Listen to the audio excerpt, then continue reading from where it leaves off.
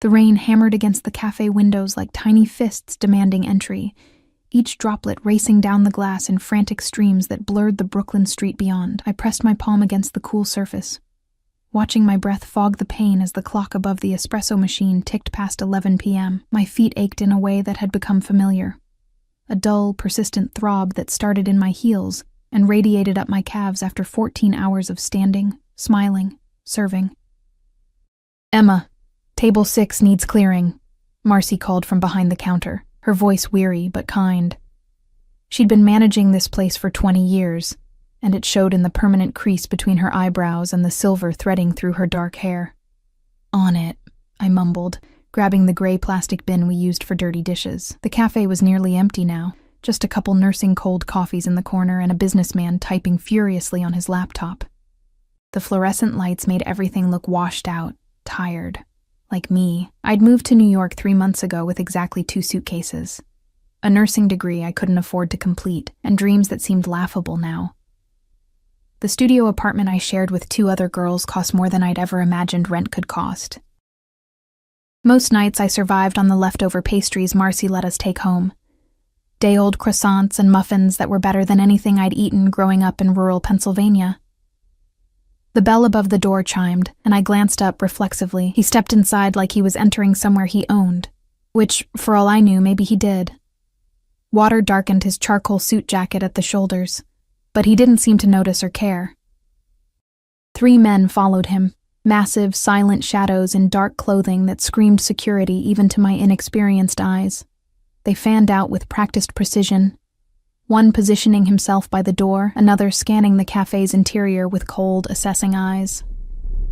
But it was him I couldn't stop looking at. Tall, broad-shouldered, probably mid-30s. Dark hair swept back from a face that could have been carved from marble, all sharp angles and strong lines, with a jaw that suggested he could take a punch and deliver one twice as hard. His eyes, even from across the room, were impossibly dark, almost black in the harsh lighting. He moved with the kind of confidence that came from never having to explain yourself, never having to apologize for taking up space. The scent hit me as he passed my station. Expensive cologne, cedar, and something darker, mixed with rain, and the faint metallic tang that I couldn't quite place. Danger, my instincts whispered. This man is dangerous. "Emma," Marcy hissed, and I realized I'd been staring, frozen with the dish bin in my hands like an idiot. He took the corner booth, the best seat in the house with a clear view of both entrances and the street outside. One of his men remained standing beside the table, hand resting inside his jacket in a way that made my stomach clench. The businessman suddenly remembered he had somewhere else to be, closing his laptop with shaking hands and practically running for the door. "I'll take his table," Marcy said quickly, but her hands trembled as she reached for her order pad. "No." The word came out before I could stop it. "I've got it." She looked at me like I'd volunteered to pet a sleeping tiger. Maybe I had. My legs felt unsteady as I approached his booth, the dish bin abandoned at the counter. Up close, he was even more striking, and more terrifying. A thin scar traced along his left cheekbone, pale against his olive skin. His hands rested on the table, and I noticed his knuckles were slightly scarred, the marks of someone who'd thrown plenty of punches. "What can I get you?" My voice came out steadier than I felt. He didn't look up immediately, his attention fixed on his phone. When he finally raised his eyes to meet mine, I felt the impact like a physical thing, a jolt that ran down my spine and settled somewhere deep in my chest. His gaze was intense, assessing, taking in every detail of my appearance in a single sweep that made me acutely aware of my stained apron, my hair escaping its ponytail. The exhaustion I knew showed on my face. Coffee. Black. His voice was deep, textured with an accent I couldn't quite place. Italian, maybe, softened by years in America. "And whatever pastry is fresh." "Nothing's fresh at this hour," I said honestly, then immediately regretted it. "But the apple turnovers are from this afternoon. They're still good." The corner of his mouth twitched, not quite a smile, but close. "Honest. That's rare." One of his men shifted, and I caught the outline of a gun holster beneath his jacket. My heart kicked against my ribs. These weren't businessmen. These weren't even criminals trying to blend in. These were predators wearing human skin, comfortable with violence in a way that made my mouth go dry. "I'll get your coffee," I said, stepping back. "What's your name?" He tilted his head slightly, studying me with unsettling focus. "Emma." I swallowed hard. "Emma Blake. Emma." He repeated it slowly, like he was tasting each syllable. "Thank you, Emma." I fled back to the counter, my hands shaking as I poured his coffee. Marcy grabbed my wrist, her grip tight. "Do you know who that is?" she whispered urgently. "Should I?" "That's Dante Salvatore." She said the name like it should mean something, her eyes wide with fear. "He owns half of Brooklyn, restaurants, clubs, construction companies, and that's just what's legal." She leaned closer, her breath warm against my ear. "They say he's the youngest Don of the Salvatore family, that he took over when his father was killed 5 years ago and consolidated power in 6 months. 6 months, Emma. Do you know how many people died in those 6 months?" I didn't want to know. I carried the coffee and turnover back to his table, my heart hammering so hard I was sure he could hear it. He'd put his phone away and was now watching the street through the window with the kind of attention that suggested he was always waiting for something bad to happen. "Your coffee, Mr. Salvatore," I said, setting it down carefully.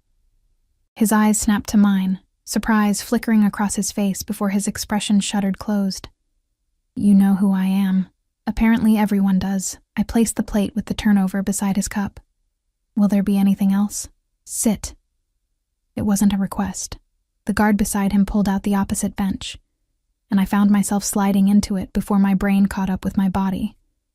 This close, I could see the flecks of amber in his dark eyes, the way his jaw tightened as he studied me. "You're not from here," he said. "Your accent. Pennsylvania? Small town near Pittsburgh." I clasped my hands in my lap to keep them from shaking. "How did you—" "I pay attention." He took a sip of his coffee, grimacing slightly. "This is terrible." "I know. The machine's old." Why was I apologizing for bad coffee to a mob boss? We can't afford a new one. Who owns this place? "Marcy. She's the manager and owner. Been here 20 years. He nodded slowly, like he was filing away information for later use. "And you?" "How long have you been in New York? 3 months. Nursing school?" His gaze dropped to the medical journal I'd stuffed in my apron pocket. A second-hand copy I'd bought for $2, dreaming of a future that seemed impossibly far away. Couldn't finish. Too expensive. The admission hurt, a reminder of everything I'd failed at. Now I serve coffee and hope the tips are enough to cover rent. Something shifted in his expression. Not quite sympathy, but acknowledgement. "This city eats people like you alive." "People like me?" "Hopeful ones." He broke off a piece of the turnover, eating it slowly, the ones who still believe hard work means something. "And what do you believe in, Mr. Salvatore?" The question hung between us, dangerous and intimate. His men tensed, hands moving toward their weapons, but he held up one hand and they froze. "Power," he said simply. "Loyalty. Family." His eyes held mine. "And paying debts." The bell above the door chimed again. I barely registered it, too caught up in the intensity of Dante Salvatore's gaze, the way he looked at me like he was trying to solve a puzzle. But something made me glance toward the entrance. The man who walked in was wrong. Everything about him was wrong, from the way his hand stayed inside his rain-soaked jacket, to the dead look in his eyes, to the rigid set of his shoulders. He scanned the cafe quickly, his gaze locking onto our booth. Time slowed down, became viscous and strange. I saw him pull the gun from his jacket, saw the black metal gleaming under the fluorescent lights, saw his finger tighten on the trigger, saw the barrel align with Dante Salvatore's head. My body moved before my mind caught up. I grabbed Dante's arm and yanked, throwing all my weight backward. His coffee cup crashed to the floor as he toppled sideways with me, both of us sliding into the narrow space between the booth and the wall just as the first shot exploded through the cafe. The sound was deafening, impossibly loud in the small space. Glass shattered somewhere, the window, or maybe the display case. Marcy screamed. Another shot, then another, each one punctuated by the thunderous return fire from Dante's guards. I was pinned beneath him, his body covering mine completely. one hand cradling the back of my head, while the other reached for a gun I hadn't realized he was carrying. His weight pressed me into the worn linoleum floor, his heart pounding against my chest in a rhythm that matched my own terrified pulse. "Stay down," he growled into my ear, his breath hot against my skin. More gunfire. The acrid smell of gunpowder mixed with the coffee and pastries. Someone was shouting in Italian. Harsh, urgent commands. Footsteps pounded toward the door, then the sound of a body hitting the ground with a sickening thud, then silence. Dante lifted his head, scanning the cafe with lethal focus. His guards were already moving, checking the shooter, securing the perimeter. One of them spoke rapidly into a phone, his voice low and urgent. "Clear, boss," one of the guards called out. Only then did Dante look down at me. His face was inches from mine, so close I could count his eyelashes, see the thin ring of gold around his pupils. His hand was still cradling my head, protective and possessive in equal measure. "You pulled me back," he said, his voice rough with something I couldn't identify. "You saved my life. I saw the gun." My voice came out as barely a whisper. "I didn't think. You just saved my life," he repeated, his thumb brushing across my cheekbone in a gesture that felt shockingly intimate. "Do you understand what that means?" I didn't. I couldn't think past the adrenaline flooding my system, the way my entire body was shaking, the impossible warmth of his touch against my cold skin. Sirens wailed in the distance, growing closer. Dante's expression hardened, and he pulled back, helping me to my feet with surprising gentleness. His hands lingered on my arms, steadying me as my legs threatened to give out. "Boss, we need to move," one of his guards said urgently. "Police are 2 minutes out," but Dante didn't move.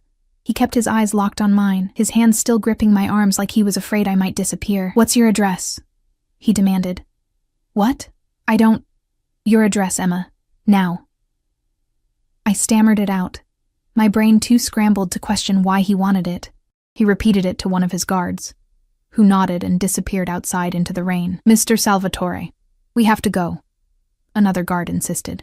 Dante reached into his jacket. I flinched involuntarily and pulled out a card, pressing it into my trembling hand. It was simple, expensive-feeling paper with just a phone number embossed in black. "If you need anything at all, you call that number."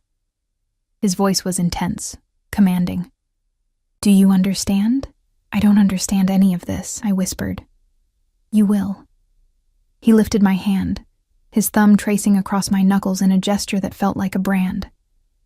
"In this world, debts must be paid, Emma Blake, and I always pay my debts." Then he was gone, disappearing into the night with his men, leaving me standing in the wreckage of the cafe with shaking hands, broken glass crunching beneath my feet, and the certain knowledge that my life had just irrevocably changed. Marcy emerged from behind the counter, her face pale, mascara streaked down her cheeks. "Oh God, Emma. Oh God, what did you just do?" I looked down at the card in my hand, at the number that felt like both a promise and a threat. "I don't know," I whispered. But the warmth of his touch still lingered on my skin, and I couldn't shake the feeling that I'd just crossed a line I could never uncross, that I'd bound myself to Dante Salvatore in ways I was only beginning to understand. The police kept me at the cafe until 3 a.m, asking the same questions over and over until the words stopped making sense. What did I see? Why did I pull him down? Did I know Dante Salvatore? Had I ever seen the shooter before? I answered truthfully, mostly. Yes, I saw the gun. No, I'd never met Mr. Salvatore before tonight. No, I didn't know why someone would want to kill him. The lie sat bitter on my tongue, but something told me that admitting I knew exactly who he was would only invite more questions I couldn't answer. The detective, a tired-looking woman named Chen with kind eyes and a suspicious mouth, studied me for a long moment before finally letting me go. "Be careful, Miss Blake," she said quietly. "Men like Salvatore, they're dangerous, even when they're grateful. Especially when they're grateful," I thought, but didn't say. The subway ride home was a blur of fluorescent lights and my own reflection in the dark windows.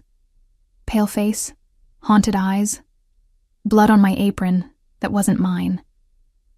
The shooter's blood, probably. He'd died on the cafe floor while I hid behind Dante Salvatore's body. I'd saved a mob boss's life. The thought should have terrified me. It did terrify me, But underneath the fear was something else. Something warm and dangerous that I didn't want to examine too closely. My apartment was dark when I finally climbed the 4 flights of stairs, my legs shaking with exhaustion. Jade and Melissa, my roommates, were both asleep, Jade snoring softly in the room we shared. Melissa's door closed tight. I stripped off my stained uniform in the bathroom, shoving it into the trash. My hands were still trembling as I stood under the scalding shower spray, trying to wash away the smell of gunpowder and expensive cologne and fear, but I couldn't wash away the memory of his eyes. The way he'd looked at me like I was something precious and breakable and utterly his. I crawled into bed just as dawn was breaking, the card he'd given me tucked under my pillow like a talisman, or a curse. I woke to someone pounding on the apartment door. Jade groaned from her bed. "Make it stop," she mumbled into her pillow. I stumbled out of bed, my body aching in places I didn't know could ache, and peered through the peephole. A man in an expensive suit stood in our dingy hallway, looking as out of place as a diamond in a trash heap. My stomach dropped. "Emma Blake?" He called through the door, his voice professional and crisp. I cracked the door open, keeping the chain lock engaged. "Yes?" "My name is Marco Rossi. I work for Mr. Salvatore." He held up an envelope, thick and cream-colored. "He asked me to deliver this to you personally." Jade was suddenly behind me, wide awake, peering around my shoulder. "Who the hell is that?" "Nobody," I said quickly. "Wrong address. Miss Blake, please." Marco's expression didn't change. Mr. Salvatore was very insistent that this reach you today. I unhooked the chain with shaking fingers and opened the door just wide enough to take the envelope. Marco nodded once, professionally, then turned and walked back down the hallway, like he hadn't just delivered something from one of New York's most dangerous men to a 4th-floor walk-up in a building where the elevator had been broken for 6 months. "Emma." Jade grabbed my arm. What the actual fuck? I closed the door and leaned against it, staring at the envelope. My name was written across it in bold, masculine handwriting. Not printed, handwritten, like he'd taken the time himself. "Open it," Jade demanded. Inside was a letter on heavy cardstock paper, and beneath it, a check that made my vision blur. $50,000.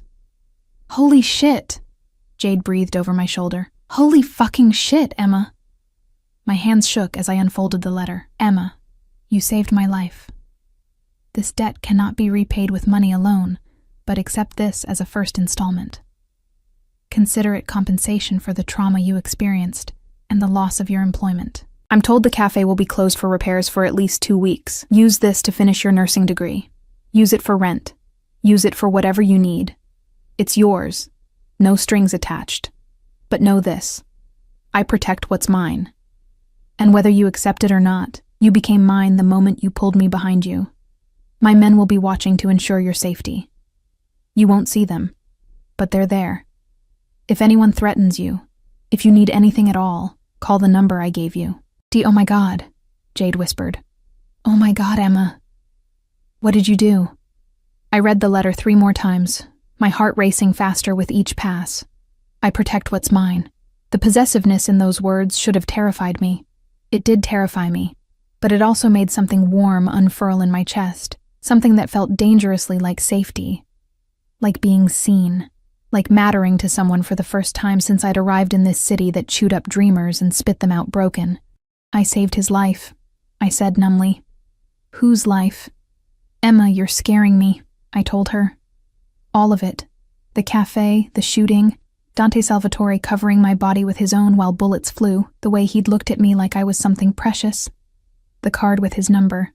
Jade's face went through approximately 15 different emotions before settling on horrified fascination.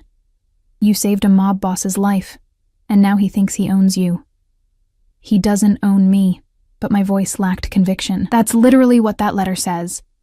She pointed at the paper shaking in my hands. "He called you his, Emma, his. He's just grateful." Even I didn't believe it. Melissa emerged from her room then, hair wrapped in a silk scarf, eyes still puffy with sleep. She took one look at the check in my hand and whistled low. "Drug money or sugar daddy?" "Worse," Jade said. "Mafia boyfriend." "He's not my boyfriend." My voice came out too loud, too desperate. "I don't even know him. Last night was the first time we ever spoke, but I could still feel the weight of his body covering mine, still smell his cologne, still see the intensity in his eyes when he'd said I always pay my debts. Melissa plucked the check from my fingers, examining it like it might be fake. This is real. Holy shit. This is real. She looked at me, her expression serious. Emma, you need to be careful. Men like that don't give away money for nothing. He said, no strings attached. And you believed him? Melissa shook her head. Honey, there are always strings. You just can't see them yet. I tried to return to normal over the next week. I really did. But normal didn't exist anymore. The cafe remained closed. Crime scene tapes still stretched across the shattered windows. Marcy called me twice. Once to tell me she was okay. Once to tell me she was selling the place and moving back to Ohio to live with her sister. I can't do this anymore, Emma, she said, her voice broken. I'm too old for bullets and blood. I deposited the check, feeling guilty and grateful and terrified in equal measure. Paid 3 months' rent in advance, which made my roommates cry with relief. Bought groceries. Real groceries, not day-old pastries and ramen. Called the nursing school and asked about re-enrollment for the spring semester. The admissions counselor was surprised but helpful. With your previous credits, you'd only need 18 months to complete the program. When can you start? January, I heard myself say. I can start in January. It felt like someone else's life, someone who had choices, someone who wasn't looking over her shoulder every time she left the apartment, wondering if Dante Salvatore's invisible guards were really out there, watching. I never saw them, but sometimes I felt them, a prickling awareness at the back of my neck when I walked to the corner store. A shadow that moved too deliberately in my peripheral vision, a car that seemed to idle too long at the end of the block. You won't see them, but they're there. I should have felt violated, surveilled, but instead, I felt safe. Safer than I'd felt since moving to this city where everyone was a stranger and danger lurked in every dark subway car, every late-night walk home. The card stayed under my pillow. I took it out sometimes, late at night when Jade was asleep, and traced my finger over the embossed numbers. I never called. What would I even say? Thank you for the money and the surveillance state? Thank you for making me feel like I matter? Thank you for looking at me like I'm worth protecting? 10 days after the shooting, I got another delivery. This time it was a different man, younger, with sharp eyes and a messenger bag slung across his chest. He handed me a small package wrapped in black paper with a silver ribbon. From Mr. Salvatore, he said, then disappeared down the stairs before I could respond. Inside was a phone, brand new, top of the line, already activated. And a note in that same bold handwriting. Your old phone was damaged in the incident. This one is secure. My number is already programmed. Use it. I stared at it for a long moment, my heart hammering. Then I turned on my old phone, cracked screen and all, to find 17 missed calls from a number I didn't recognize, and 3 voicemails. The first was hang up. The second was heavy breathing. The third made my blood run cold. You stupid bitch, a man's voice snarled, slurred with alcohol or drugs or both. You think you're safe? You think Salvatore can protect you forever? Marco Castellano is dead because of you. You killed my brother, and I'm going to make you pay. The message ended. My hands were shaking so badly I nearly dropped the phone. Marco Castellano, the shooter. He had a brother.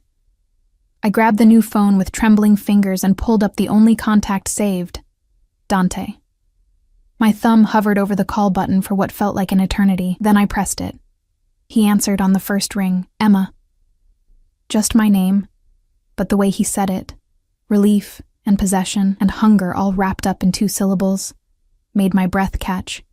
Someone left me a message, I said, my voice shaking. Marco Castellano's brother. He says... I know what he says. His voice turned hard, cold enough to freeze. Give me your location. I'm at my apartment, but stay there. Don't open the door for anyone except my men. Do you understand, Dante? Do you understand? More forceful now, laced with an authority that made my spine straighten automatically. Yes. Good girl. The approval in his voice sent warmth flooding through my veins. I'll be there in 20 minutes. You don't have to. Yes. he said softly, dangerously. I do. He hung up. I stood there holding the phone, my heart racing, wondering what the hell I'd just done. Jade emerged from the bathroom, took one look at my face and froze. What happened? He's coming here. Who's... Oh no, Emma. The mob boss is coming here, to our apartment? His men will be with him, I said weakly. That's supposed to make me feel better? It didn't make me feel better either, but it also made something dark and warm curl through my chest, something that felt like anticipation. I protect what's mine. I changed clothes 3 times before settling on jeans and a simple black sweater. Nothing too revealing, nothing that looked like I was trying too hard. Jade watched me with increasingly worried eyes.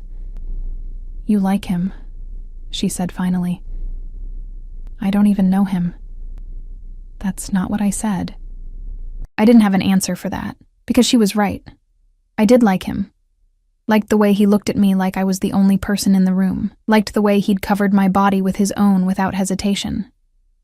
Liked the dark promise in his eyes, and the lethal grace in his movements, and the way he made me feel seen in a way I'd never been seen before. It was insane. Dangerous. Possibly suicidal. But I couldn't stop thinking about him. The knock came exactly 20 minutes after his call. Sharp, authoritative. I checked the peephole and saw 2 massive men in suits flanking the door. Miss Blake, one of them said. Mr. Salvatore is on his way up. I opened the door and they entered first, scanning the apartment with professional efficiency that would have been funny if it wasn't so terrifying. One of them checked the windows, the other the fire escape access. Then Dante walked in, and the world narrowed to just him. He was dressed more casually than that night at the cafe. Dark jeans, black button-down shirt, leather jacket that probably cost more than my yearly rent. His hair was slightly disheveled, like he'd been running his hands through it. But his eyes were the same, intense, possessive, seeing straight through me to all the secret, desperate parts I tried to hide. Emma. He crossed the room in 3 strides, his hands coming up to frame my face with surprising gentleness. Are you hurt? No, The message scared me. His jaw tightened, muscles jumping beneath his skin. Let me hear it. I played the voicemail on my old phone, watched his expression darken with each hateful word, watched violence flash through his eyes like lightning through storm clouds. When it ended, he pulled me against his chest in a move that felt both protective and possessive. I could feel his heart beating beneath my cheek, fast and hard, matching my own frantic rhythm. Luca Castellano, he said quietly, speaking to one of his guards. Find him. Now, boss. Now. The single word was laced with enough menace to make even his own men flinch. They left quickly, leaving us alone in my cramped apartment, with Jade watching from the doorway of her bedroom like she was witnessing a car crash in slow motion. Dante's hands moved to my shoulders, holding me at arm's length so he could study my face. Pack a bag. What? You're not safe here. Not anymore. His thumb brushed across my cheekbone in that same gesture from the cafe, achingly gentle from such dangerous hands. You're coming with me. I'm not going anywhere with you. The words came out steadier than I felt, but my heart was hammering against my ribs. Dante's eyes darkened, his jaw tightening. This isn't a negotiation, Emma. Yes, it is. I stepped back, putting distance between us even though every cell in my body wanted to move closer. I appreciate the concern, but I'm not leaving my home because of some threatening voicemail. Some threatening voicemail? His voice dropped to a dangerous whisper. Luca Castellano is a rabid dog. His brother tried to kill me, and now he blames you for Marco's death. Do you understand what that means? It means I call the police. He laughed. A harsh, bitter sound. The police can't protect you from men like Luca. They can't protect you from the kind of people I deal with every day. He moved closer, crowding into my space until I had to tilt my head back to maintain eye contact. But I can. By making me a prisoner. By keeping you alive. His hand cupped my face again, thumb tracing my jawline. You saved my life, Emma. Now let me save yours. Jade cleared her throat from the doorway. Emma? Maybe you should listen to him. Jade. I'm serious. If this psycho knows where you live... She trailed off, her eyes wide with fear. What if he comes here when you're not home? What if Melissa and I are here? The thought made my stomach clench. I hadn't considered that. Hadn't thought beyond my own stubborn need for independence. Dante saw the shift in my expression and pressed his advantage. I have a secure property, gated, guarded, safe.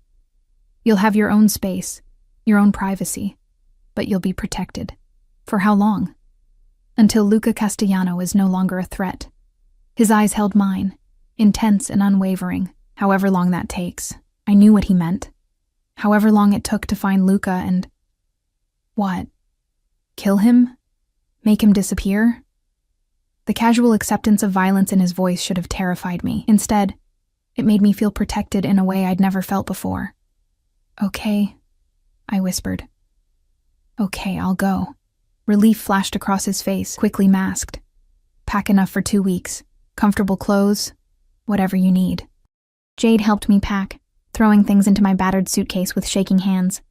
Are you sure about this? She whispered. Emma, this is insane. I know. He's a criminal. I know that too. But you're going anyway. She studied my face, then sighed. You really do like him. I didn't answer. Just zipped the suitcase and grabbed my new phone, leaving the old one behind like I was shedding an old skin. Dante was waiting by the door, speaking quietly into his own phone in rapid Italian. He ended the call when he saw me, his eyes sweeping over my face like he was memorizing every detail. Ready? His voice was gentler now. No, but let's go anyway. The car waiting downstairs was exactly what I expected. A black SUV with tinted windows and a driver who looked like he could bench press a building. Dante's hand rested on the small of my back as he guided me inside, the touch possessive and protective in equal measure. The interior smelled like leather and his cologne. He slid in beside me, close enough that our thighs pressed together, and I felt the heat of him through my jeans. Where are we going? I asked, as the car pulled into traffic. My estate in Westchester, about an hour north of the city. He shifted to face me, one arm stretched along the back of the seat, his fingers just barely brushing my shoulder. You'll be comfortable there. Do you live there? Sometimes. I have several properties. His fingers traced small circles on my shoulder, the touch absent-minded but electrifying. But yes, I'll be staying there while you're under my protection. Under my protection. The words should have felt oppressive. Instead, they felt like a promise. We drove in silence for a while, the city giving way to suburbs, then to tree-lined roads that wound through increasingly expensive neighborhoods. I watched the landscape change through the window, hyper-aware of every point where our bodies touched, every brush of his fingers against my shoulder. Tell me about yourself, Dante said suddenly. I glanced at him, surprised. What do you want to know? Everything. His dark eyes studied me with that same intense focus. Why did you come to New York? Why nursing? My mom was a nurse. The words came easier than I expected. She died when I was 16, cancer. I watched her care for other people even when she was dying herself, and I thought, if I could do that for someone else, make them feel less alone, maybe it would mean something. His expression softened almost imperceptibly. And your father? Gone before I was born. It was just me and Mom, then just me. I pulled at a loose thread on my jeans. After she died, I lived with my aunt in Pennsylvania, small town, no opportunities. So I saved everything I could and came here. Brave, he said quietly. Stupid, more like. I had no idea what I was getting into. Still brave. His hand moved from my shoulder to tuck a strand of hair behind my ear, the gesture achingly intimate. Do you miss it? Pennsylvania? Sometimes. It was simple there. Safe. I looked at him. Not like here. No. A ghost of a smile touched his lips. Not like here. What about you? I heard myself ask. Were you born into this life? His expression shuttered closed. Yes. My father was Don before me. His father before him. It's in my blood. He paused. My mother tried to get us out when I was young. Wanted to take me and my sister away, start fresh somewhere safe. What happened? My father found out. He made sure she understood that wasn't an option. The casual way he said it belied the violence underneath. She died 2 years later. Heart attack, the doctors said, but I know better. I'm sorry. He shrugged, but I could see the tension in his shoulders. It taught me an important lesson. In this world, there's no escape. You either embrace what you are or you die trying to be something else. That's a terrible lesson. That's survival. His eyes met mine. You'll learn that too, eventually. The car turned through massive iron gates that swung open automatically. We drove up a long, tree-lined driveway, and then the house came into view. House was an understatement. It was an estate. A sprawling Italian villa in gray stone and terracotta tile, surrounded by manicured gardens and tall walls topped with security cameras. Fountains sparkled in the fading afternoon light. Armed guards patrolled the perimeter with dogs that looked like they could take down a bear. "Welcome home," Dante said softly. A woman in her 50s met us at the door. Elegant, silver-haired, with kind eyes and a knowing smile. "Mr. Salvatore, welcome back. Teresa, this is Emma Blake. She'll be staying with us for a while." He rested his hand on my lower back again. "Please prepare the rose suite for her."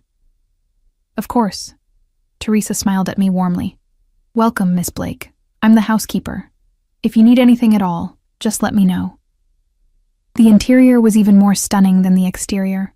Marble floors, original artwork, soaring ceilings with intricate moldings. It was beautiful and terrifying in equal measure. A reminder of exactly how different Dante's world was from mine. "Your suite is on the second floor," Dante said, guiding me up a curved staircase. "Private bedroom, bathroom, sitting room. You'll have everything you need." He opened a door to reveal a suite larger than my entire apartment. The bedroom was dominated by a massive 4-poster bed with silk sheets the color of rose petals. French doors opened onto a balcony overlooking the gardens. The bathroom had a soaking tub and a shower with more jets than I could count. "This is too much," I whispered. "This is what you deserve." He set my suitcase on the bed. "Dinner is at 7. Teresa will show you to the dining room." He started to leave, and panic flared in my chest. "Dante, wait." He turned, one eyebrow raised. "Thank you." The words felt inadequate. "For all of this." He crossed back to me in 2 strides, his hand cupping my face with that same surprising gentleness. "I told you, Emma. I protect what's mine." His thumb traced my lower lip. "And you are mine now, whether you accept it or not." Then he was gone, leaving me alone in my gilded cage with my heart racing and his touch still burning on my skin. I spent the next hour exploring the suite, unpacking my meager belongings into the massive walk-in closet where they looked pathetic and out of place. I showered in the marble bathroom, trying not to think about the cost of the luxury soap or the softness of the towels. At 7, Teresa knocked softly and led me through the maze of hallways to a formal dining room with a table that could seat 20. Dante sat at the head, changed into a fresh shirt, looking every inch the dangerous Don he was. "Sit," he said, gesturing to the chair at his right. The meal was incredible. Pasta with fresh seafood, crusty bread, wine that probably cost more than my old phone. We ate in silence for a while, but it wasn't uncomfortable. He watched me with that intense focus, like I was a puzzle he was determined to solve. "What are you thinking?" he asked finally. "That this feels like a dream." I took a sip of wine. "Or maybe a nightmare. I haven't decided which yet. Which would you prefer?" The question hung between us, heavy with meaning. "I don't know," I said honestly. "Part of me wants to run screaming, but another part..." "Another part?" His voice was low, dangerous. "Feels safe here. With you." The admission felt like stepping off a cliff. "Even though I know I shouldn't." "No," he agreed, "you shouldn't." He reached across the table, his fingers tangling with mine. "But you do anyway. This is insane." "Yes." His thumb traced circles on my palm. "But some of the best things are." My phone buzzed. The new one he'd given me. A text from a number I didn't recognize. "Found him. Warehouse in Red Hook. Sending location." Dante's expression hardened. He pulled his hand away. "All business now. I have to go." "Now?" "Yes." He stood, but paused beside my chair. "Stay inside. Don't open the doors or windows. My men are everywhere, but I need you to be careful. You're going after him, Luca." He didn't deny it, just looked at me with those dark, dangerous eyes. He threatened what's mine. There are consequences for that. Dante. He bent down, his lips brushing against my forehead in a gesture so tender it made my breath catch. I'll be back before morning. Wait for me. Then he was gone, and I was left alone in the vast dining room with the taste of expensive wine on my tongue, and the certain knowledge that somewhere in Brooklyn, Luca Castellano was about to learn exactly what happened when you threatened Dante Salvatore's property. Threatened me. I couldn't sleep. The bed was impossibly comfortable, the sheets softer than anything I'd ever touched, but every time I closed my eyes, I saw Dante's face. The cold fury in his expression when he'd read that text. The casual acceptance of violence. He was going to hurt Luca Castellano. Maybe kill him. Because of me. I paced the suite until midnight, then gave up and wrapped myself in the silk robe I'd found in the bathroom. The house was quiet, but not silent. I could hear the low murmur of voices from somewhere below, footsteps in distant hallways, the occasional crackle of a radio, guards, everywhere. I stepped onto the balcony, breathing in the cool night air. The garden stretched out below, lit by soft landscape lighting that made everything look like a painting. Beyond the walls, I could see the lights of other estates, the distant glow of the city. Can't sleep? I spun around, heart leaping into my throat. A woman stood in the doorway of my suite, late 20s, beautiful in a sharp, dangerous way, dark hair cut in a sleek bob, designer clothes, and eyes that assessed me like I was a threat. Who are you? My voice came out steadier than I felt. Alessia Salvatore, Dante's sister. She stepped onto the balcony, moving with the same predatory grace as her brother. I wanted to meet the woman who saved his life. I didn't know he had a sister. He doesn't talk about me much. I'm the black sheep of the family, a bitter smile. I wanted out. He convinced me to stay. She leaned against the balcony railing, studying me. You're not what I expected. What did you expect? Someone harder. More calculated. She tilted her head. You're soft, sweet, not the type my brother usually goes for. He doesn't go for me, I'm just... His? Alessia laughed. Oh, honey, you're absolutely his. I saw the way he looked at you when he brought you in. Like you're the only real thing in a world of shadows. She paused. It's been a long time since I've seen him look at anyone like that. My cheeks heated. I barely know him. That won't matter to Dante. When he wants something, he takes it. When he claims something, he keeps it. Her expression turned serious, but I need you to understand something. My brother is dangerous, not just to his enemies, to everyone around him. People who get close to him end up hurt or dead or worse. Why are you telling me this? Because despite everything, I love him. And I think he actually cares about you, which means you're in more danger than you realize. She pushed off the railing. Be careful, Emma Blake. In this world, even the people trying to protect you can destroy you. She left as silently as she'd arrived, leaving me alone with my racing thoughts and the weight of her warning. Dante returned at 4 a.m. I heard the cars pull up, heard voices in the foyer below, then footsteps on the stairs coming closer. I was sitting on the bed, still wearing the silk robe, unable to even pretend to sleep. He appeared in my doorway, and my breath caught. Blood spattered his white shirt, not his, I prayed. His knuckles were split and bruised. His hair was disheveled, his jaw tight with residual violence. But his eyes found mine with an intensity that made my heart stutter. You're awake, he said softly. I couldn't sleep. I stood up, my legs unsteady. Are you hurt?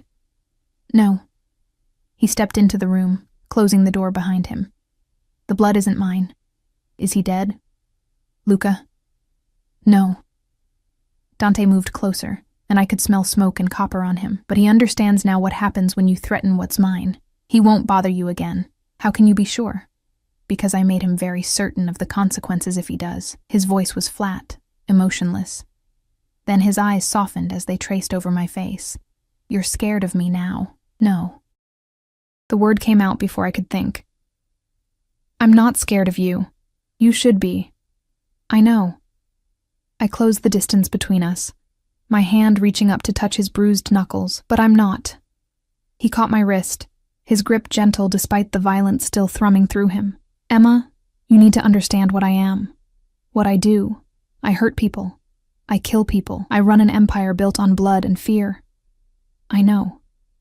"And you're still not afraid?" His thumb traced circles on my wrist, right over my racing pulse. "I'm terrified," I whispered. "But not of you. Of this. Of how you make me feel." Something shifted in his expression. Hunger and possession and something deeper, more dangerous. "How do I make you feel?" "Like I matter. Like I'm worth protecting. Like I'm—" I swallowed hard. "Like I'm seen." He pulled me closer, his free hand cupping my face. "You are seen, Emma. The strength you try to hide. I see every part of you. The loneliness you carry. The way you pretend to be invisible when you're the most visible thing in any room. Dante, I should let you go." His forehead pressed against mine. "I should send you away. Keep you safe from my world. But I can't. I won't. You're mine now, and I'm too selfish to give you up. I don't want you to give me up." The confession felt like surrender. His control snapped. He kissed me, hard and possessive and desperate, like he was trying to claim every part of me at once. I melted against him, my hands fisting in his blood-stained shirt, tasting violence and danger and something indefinably him. When he finally pulled back, we were both breathing hard. His eyes were nearly black with desire, his hands gripping my hips like he was afraid I'd disappear. "Tell me to stop," he said roughly. "Tell me this is too fast, too much. Tell me to leave. Don't leave." I pulled him closer. "Don't you dare leave." He groaned and kissed me again. Slower this time, but no less intense. His hands moved over my body with reverent possession, like he was memorizing every curve through the silk robe. "Not tonight," he said finally, pulling back with visible effort. "Not like this. Not when I'm still covered in another man's blood." He traced my swollen lips with his thumb. "When I take you, Emma, it will be right. Perfect. You deserve better than this." "I don't care. I do." He kissed my forehead, gentler now. "I care enough for both of us." He stepped back, putting distance between us that felt like miles. "Sleep. We'll talk in the morning." "Dante, wait." I caught his hand. "Your sister came to see me tonight." His expression darkened. "What did Alessia say?" "That you're dangerous, that people around you get hurt." I held his gaze. "That you claim things and keep them." "She's right." No apology. Just brutal honesty. "Everything she said is true." "I don't care." "You will. Eventually." He pulled his hand free, but the loss of contact felt physical. "But by then, it will be too late. You'll already be too deep in my world to escape. Maybe I don't want to escape. You say that now." A sad, knowing smile. "We'll see if you still feel that way when you really understand what it means to be mine." He left then, closing the door softly behind him. I stood there in the middle of my gilded cage, my lips still tingling from his kiss, my body aching for more. I was in so much trouble. Morning came too soon, sunlight streaming through the French doors and pulling me from restless dreams of blood and kisses, and dark eyes that saw too much. Someone had left fresh clothes outside my door, designer jeans that fit perfectly, a soft cashmere sweater in deep burgundy, even new undergarments in exactly my size. The level of preparation should have been creepy. Instead, it felt like being cared for in a way I'd never experienced. Teresa found me wandering the hallways, trying to find my way back to the dining room. "Mr. Salvatore is in his office," she said kindly. "He asked that you join him for breakfast there." She led me through a maze of corridors to a set of heavy wooden doors. Inside, Dante sat behind an enormous desk covered in papers and laptops and phones. He was on a call, speaking rapid Italian, but his eyes locked on mine the moment I entered. He held up one finger, "Wait," and finished his conversation. Then he stood, rounding the desk to greet me. "You look beautiful," he said, his voice rough like he hadn't slept either. "The clothes. How did you know my size?" "I pay attention." He guided me to a small table by the window where breakfast was already laid out. "Did you sleep?" "Not really." "Neither did I." He poured coffee for both of us, his movements graceful despite his bruised knuckles. I kept thinking about you in that room, so close but not close enough. Heat flooded my cheeks. Dante. We need to talk, Emma. He sat across from me, his expression serious. About what happens now. My stomach clenched. Are you sending me back? No. The word was immediate, forceful. Never. But you need to understand what you're agreeing to by staying here. By being with me. I'm listening. My world is dangerous. Enemies everywhere, both obvious and hidden. You'll need protection constantly. Guards, secure transport, vetted locations only. Your freedom will be limited. For how long? As long as you're with me. His eyes held mine. Possibly forever. The word hung between us, heavy with promise and threat. There's more, he continued. My family, my associates, they'll see you as a weakness, something to exploit or eliminate. You'll be a target simply because you matter to me. You're trying to scare me away. I'm trying to be honest. He reached across the table, his hand covering mine. I'm giving you a choice, Emma. Stay, accept this life. Accept me, all of me, the violence and danger and darkness, or I'll arrange for you to leave the city. New identity, new start somewhere far from here. You'll be safe, protected, but gone. And if I stay? His grip tightened on my hand. If you stay, you're mine, completely. No going back, no changing your mind when things get hard. You'll belong to me in every way that matters. I should have been terrified by the possessiveness in his voice, the absolute certainty, but instead, I felt something warm and dangerous unfurl in my chest. I want to stay, I whispered. Emma. I want to stay, I repeated, stronger now. I choose you. This. Whatever consequences come. He stared at me for a long moment, something vulnerable flickering behind his dark eyes. Then he stood, pulling me up with him, his hands framing my face. You're sure? His voice was rough. Once you say yes, I won't let you go. I'm sure. He kissed me then, deep and claiming and full of dark promise. When he pulled back, his eyes burned with possession. Mine, he said simply. You're mine now, Emma Blake. And I take care of what's mine. The next 3 weeks passed in a blur of contradictions. Luxury and captivity, safety and danger, tenderness and possession all tangled together until I couldn't separate one from the other. Dante kept his word. I was protected, cared for, given everything I could possibly need. But I was also watched, guarded, confined to the estate, and a handful of secure locations. My world had shrunk to the size of his protection, and some days it felt like breathing through a straw. But then he'd look at me with those dark, hungry eyes, and I'd forget why freedom had ever mattered. We fell into a rhythm.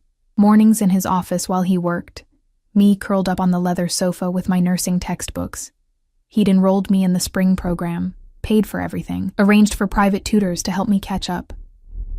Afternoons in the gardens when the weather allowed, his hand always at my back, his guards always just out of sight. Evenings together, talking about everything and nothing, learning each other in increments. He told me about growing up in his father's shadow, about the violence that shaped him, about the sister he'd saved from the same fate by keeping her close instead of letting her run. I told him about my mother's death, about the loneliness of being invisible, about the dreams I'd carried to New York, and how small they seemed now in comparison to the life I'd stumbled into.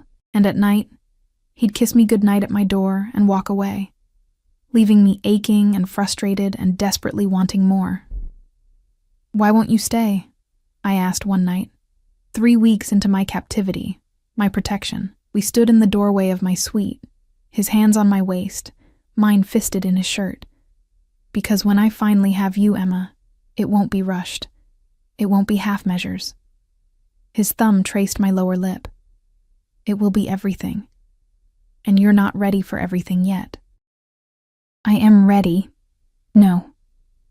He kissed me softly, then pulled back. You're still adjusting to this world, still processing what it means to be mine. When you fully understand, when you're certain beyond any doubt. His eyes darkened with promise. Then I'll give you everything you're begging for. It was maddening, perfect, torture. The breakthrough came on a cold December morning, 5 weeks after the shooting. I was in the library, another beautiful room I'd claimed as my own. when Alessia found me. She'd kept her distance mostly, though I'd caught her watching me sometimes with an expression I couldn't quite read. "He's different with you," she said without preamble, settling into the chair across from mine. "Softer, more human." "I don't know about that. I do. I've known my brother my entire life, and I've never seen him like this." She studied me carefully. "He killed 3 men last week. Did he tell you?" My stomach clenched. "No. They were trying to move in on our territory. Thought Dante was distracted because of you." A sharp smile. "They were wrong. He's more dangerous now because he has something to protect, something worth being ruthless for." "Why are you telling me this?" "Because I want you to understand what you are to him." She leaned forward, her expression intense. "You're not just his obsession or his possession. You're his redemption, the one good, pure thing in his dark world. And he will burn everything down to keep you safe." "That's terrifying." "Yes, but it's also love, in the only way a man like Dante can love." She stood, touching my shoulder gently. "Don't break his heart, Emma. I don't think either of us would survive it." That night, everything changed. We were having dinner, just the 2 of us as usual, when one of his guards burst into the dining room, face pale. "Boss, we have a situation." Dante was on his feet instantly. "All business." "What kind of situation?" "The Marchetti family. They've taken one of our warehouses. 3 men dead, 2 injured." The guard's eyes flicked to me nervously. "They're saying it's retaliation for what you did to Luca Castellano. That you've gone soft over a woman." The temperature in the room dropped 10 degrees. Dante's expression went cold and lethal, the transformation so complete it was like watching someone flip a switch. "Get everyone to the safe room," he ordered. "Full lockdown protocol." "Dante," I started. "Not now, Emma." He was already moving toward the door, pulling a gun from somewhere I hadn't even noticed he was carrying. "Go with Teresa. Stay in the safe room until I come for you." "No." I stood, my voice stronger than I felt. "I'm not hiding while you go to war." He turned back, and the look in his eyes should have terrified me. "This isn't negotiable. Neither is this." I crossed to him, grabbing his jacket. "I chose this life. Your life.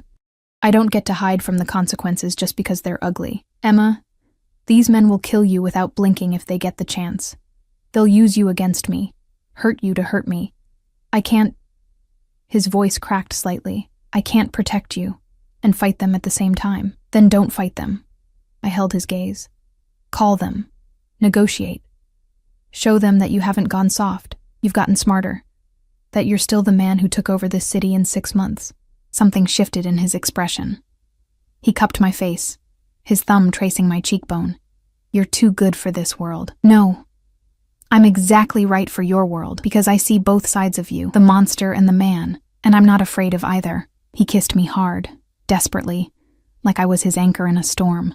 When he pulled back, his eyes were clearer, more focused. "Luca," he said to his guard, "get Marchetti on the phone. Tell him I want to talk." The negotiation took 3 hours. I stayed by Dante's side in his office, watching him work.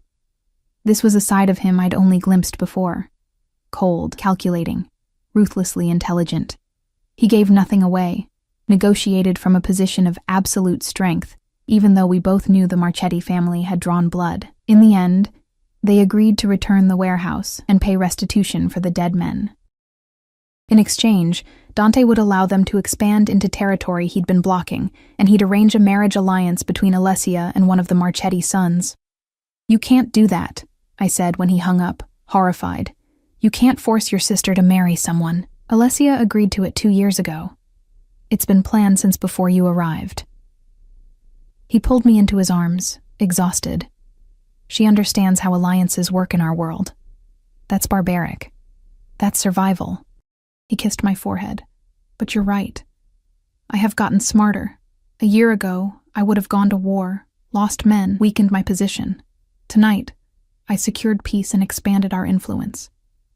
His eyes met mine. "Because you were here. Because you made me see another way." "I didn't do anything. You did everything." His hands framed my face. "You saved my life that night in the cafe.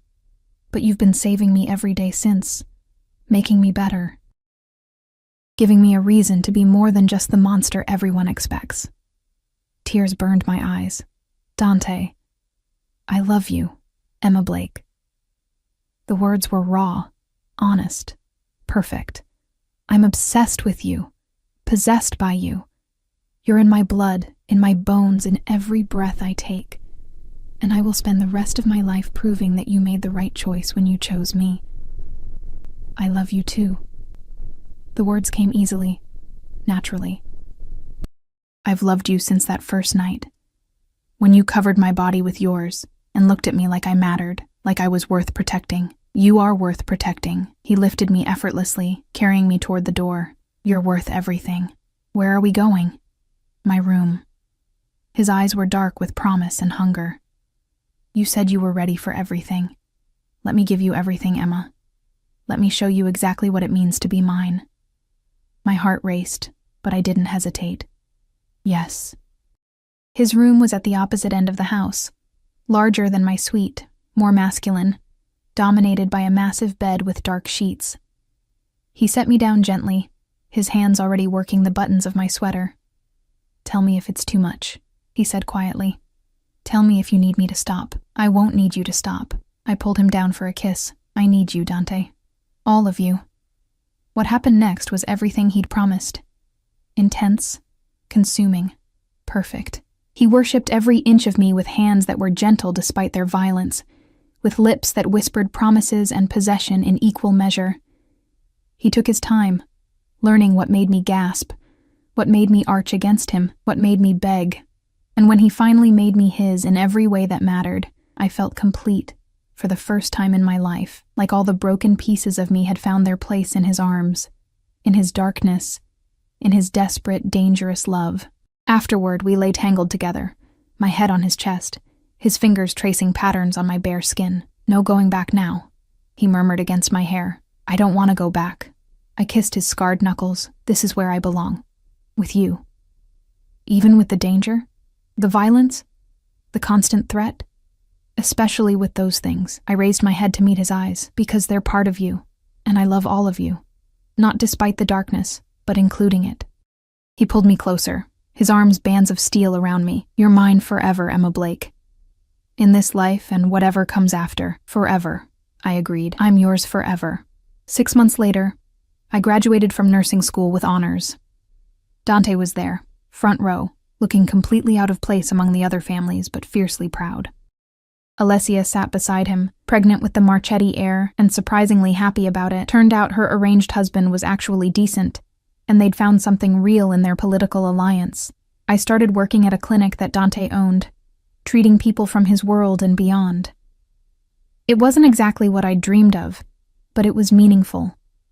I was helping people, making a difference, using my mother's legacy to bring some light into the darkness. And every night, I came home to Dante, to our estate, our life, our love built on the foundation of violence and protection, and absolute devotion. It wasn't a normal life.